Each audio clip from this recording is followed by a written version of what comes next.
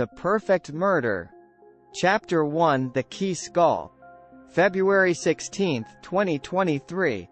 The house was a beautiful villa surrounded by gardens of various flowers. The maid of the villa bought a rose plant, blood red colored. She started to dig a hole in the left side of the garden, near the pipal tree. After digging a few yards, the spade struck something hard. "What's that?" she thought. "Must be some stone," she said to herself. Again, when the spade invaded the ground, clash, a hard object hit the spade. "My geez, what's it?" She then put the spade aside and started to dig the ground with her bare hands. Then she felt a box-like thing inside and took it out of the ground. It was a wooden box with a lot of intricate carvings, and on the top of the box was a skull-shaped space which was empty. "Wow!" she exclaimed, "it's very beautiful, must be a treasure box. Must show this to ma'am." She hurriedly went inside the villa and called to the lady of the house, "Ma'am, I have found an exquisite designer box, please do see it." She called out excitedly.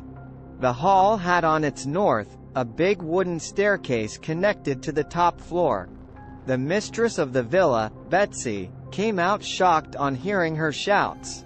"Why are you at the top of her voice? What's this?" she asked quizzically. "This box, I found in the garden while I dug a hole to plant a rose plant.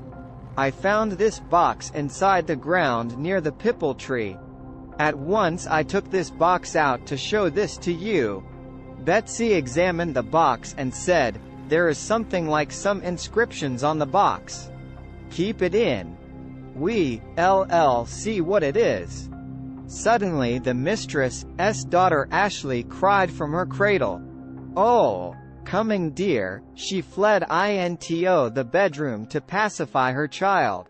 Meanwhile Annie the maid thought, it must be something like a big treasure. I'll find it out. Annie, without her mistress's knowledge, hastily took the box and left the house. "I shall take this to the witchcraft and ask her to read what it is. Then I shall take the treasures and be a rich lady." She went on dreaming wildly. Very soon she reached Martha's house.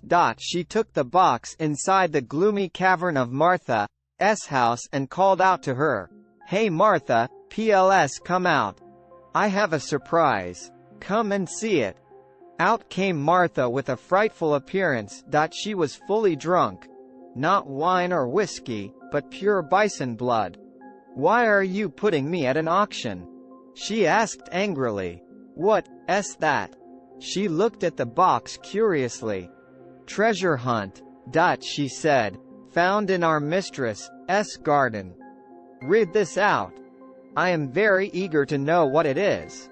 Martha took the box and read the inscription. An evil look and a crooked smile came on her lips. It says, "The one who touches the box first should give their skull as the key." On hearing this, Annie froze from terror. "No, this cannot be. You are lying. I am the one who touched this box first. That means, I should die or what? Shit. Pure nonsense." She snatched the box from Martha and ran out of the house. Suddenly from nowhere a truck appeared in full speed and hit Annie very forcefully. Annie flew in the air. As she came down, the truck ran over her, smashing her to the ground. On hearing the sounds, Martha hastily hurried out. On seeing Annie dead, she was dumbstruck. The truck was nowhere in sight. As the road was deserted, Martha found it favorable to pull Annie into her house. She then decapitated Annie's head and took the skull out with great precision.